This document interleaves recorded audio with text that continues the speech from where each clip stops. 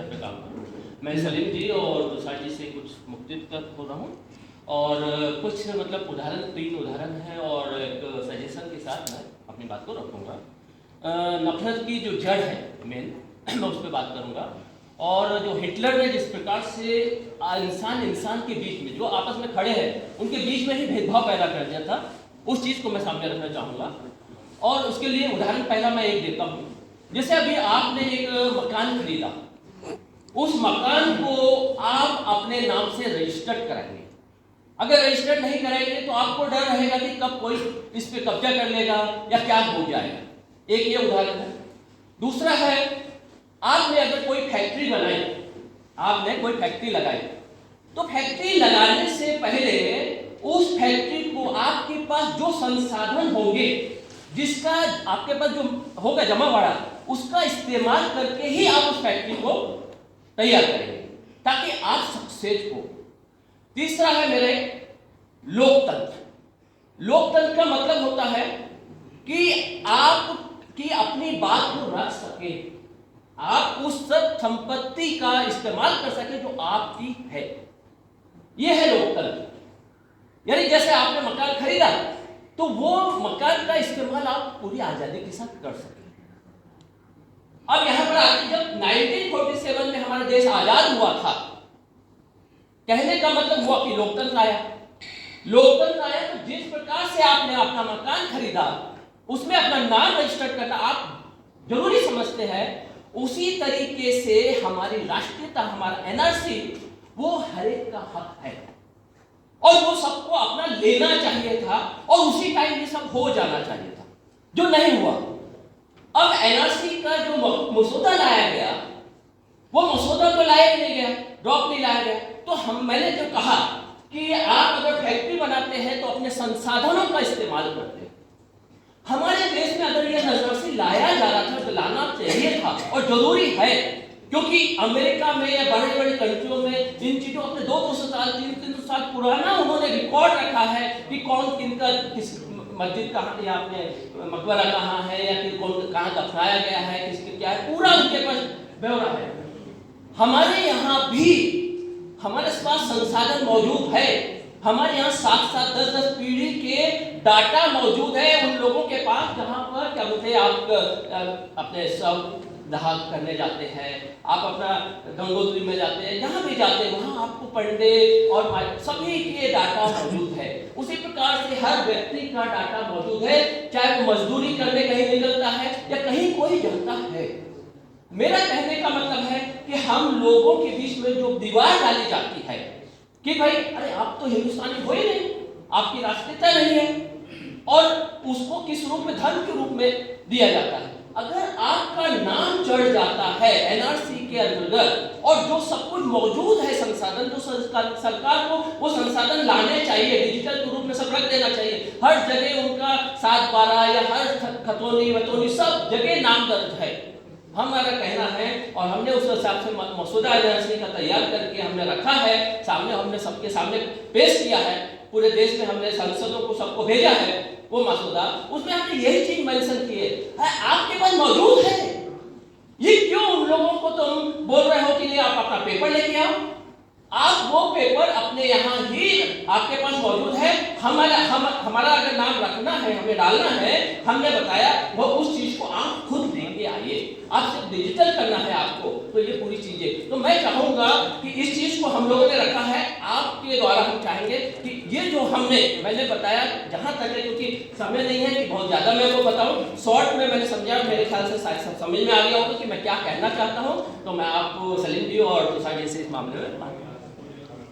देखिए, बात आपकी बहुत अच्छी है और आपने वेस्ट का उदाहरण दिया कि उनके पास सारे रिकॉर्ड रहते हैं, तो हमने ये समझना बहुत ज़रूरी है कि उनको जितने पॉपुलेशन के रिकॉर्ड रखने पड़ते हैं और हमको जितने पॉपुलेशन का ब्यौरा रखना पड़ता है, उसमें बहुत बड़ा फर्क है।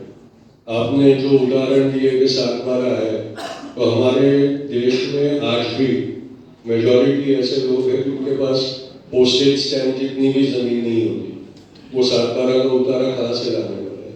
तो ये सारी चीजें, मकसद ये नहीं है, एनआरसी रजिस्ट्री ऑफ सिटीजन्स अच्छा है, कोई लेकिन उसके पीछे का जो मकसद है, उसको लगाने का जो मकसद है वो बुरा है, और इसलिए उसकी खिलाफत हमें करनी बहुत जरूरी है, ये समझना जरूरी है। और कोई भी देश अगर अपने नागरिकों को 75 साल के बाद ये कहे कि तुम्हें तुम्हारी नागरिकत्व को सिद्ध करना होगा, तो वो नागरिकत्व का जो परिभाषा है उसको ही वो कर देते, क्योंकि मेरे को अगर महाराष्ट्र का डोमिसाइल चाहिए तो मेरे को सिर्फ 20 साल के रेसिडेंस का पुरावा देना पड़ता है। तो जो 75 साल से इस देश में रह रहा है, जब से ये देश बना तब से रहा, उसको क्यों आज पूछा जा रहा है कि कागज दे पाओ? ये जो मकसद है उसकी हम मुखालफत कर रहे हैं। जो प्रोसेस है वो ठीक है। अगर ये है कि भाई आप आके एक बार अपना रजिस्टर करवा दो कि मैं इस गांव का रहने वाला हूँ, मेरा जन्म यहाँ हुआ था, मैं यहाँ रहता हूँ और अब काम के लिए मैं मुंबई में रहता हूँ, तो ठीक था। लेकिन फिर हम तय करेंगे कि तुम गांव में रह सकते हो या मुंबई में रह सकते हो, या तुम्हारे दादा परदादा बांग्लादेश के थे इसलिए तुम्हें बांग्लादेश वापस भेजेंगे, तो वो बुरा। ये मसूद, मेरा कहना है ये मसूदा जो है उसको अगर हम पढ़ेंगे, उसके अंदर एक गरीब, एक भिखारी भी है जिसके पास कोई जमीन नहीं है, उसको भी हक मिल जाएगा अगर इस मसौदे का सही ढंग से इस्तेमाल करें। हमारे पास सारा डाटा मौजूद है, पूरे देश में मौजूद है, जैसे मैंने कहा संसाधन सब है, उस संसाधन का उपयोग करके हम ये सारा काम कर सकते हैं, और उसके लिए सरकार के ऊपर हम सबको दबाव बनाना पड़ेगा। मैं 3 बात आपकी बात कहना चाहता हूँ। देखिए, सेंसस हर 10 साल में होता है, उसमें लोगों के बारे में डेटा दिया जाता है, उसकी कभी खिलाफवर्जी नहीं हुई, इसलिए कि जब आप डेटा देते हैं तो आपको ये खतरा नहीं होता है कि इसकी वजह से आपको कल ये कहा जाएगा कि भाई साहब आप बोरिया बिस्तरा वादी हो जाएंगे। तो ये डेटा जमा करने का चक्कर नहीं है। और आपको ये जान के अफसोस होगा कि 2009 में जो सेंसस होने वाला था उसको 7 बार सरकार ने पोस्टपोन किया है। अगर इसको डेटा जमा करने में दिलचस्पी होती, ये 1887 से हो रहा है और कभी नहीं हुआ। जब जंग हुई, वर्ल्ड वॉर हुआ, उस वक्त भी सेंसस हुआ। ये सरकार को अगर डेटा में दिलचस्पी होती तो सेंसस होता। इनको दिलचस्पी एनआरसी में है, ताकि लोगों से उनका राइट छीना जाए, इसलिए झगड़ा है। आप बोलते हैं डेटा का ये रहता है सबके पास। आपको मालूम है सबसे ज्यादा सीरियस मसला आसाम में।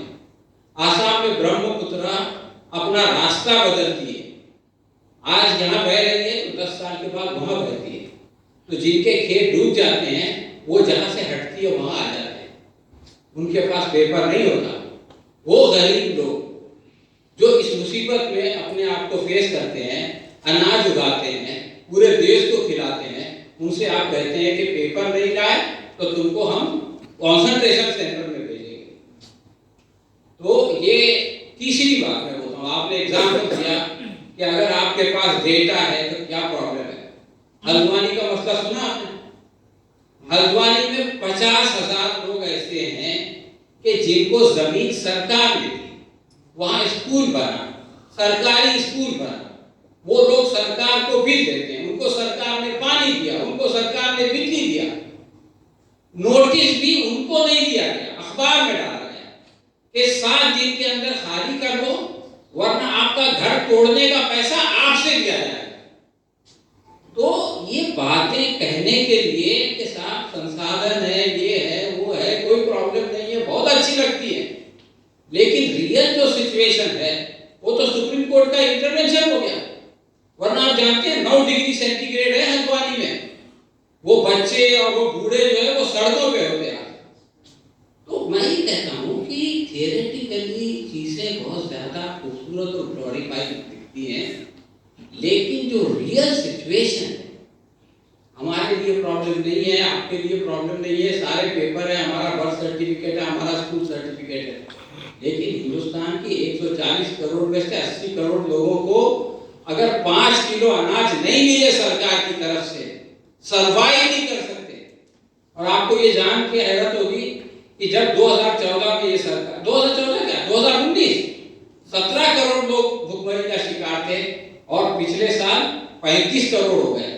सिचुएशन बिगड़ रही है, सबके लिए बिगड़ रही है, किसी एक कम्युनिटी के लिए नहीं। तो इन हार्ड रियलिटीज को हमको जो है ना वो देखना पड़ेगा, वरना हर चीज अच्छी लगेगी, बागों में बहार है लेकिन बागों में बहार नहीं। इसके लिए ये जो थोड़ा सा मैं फ्लोर से रिक्वेस्ट करना चाहता हूँ।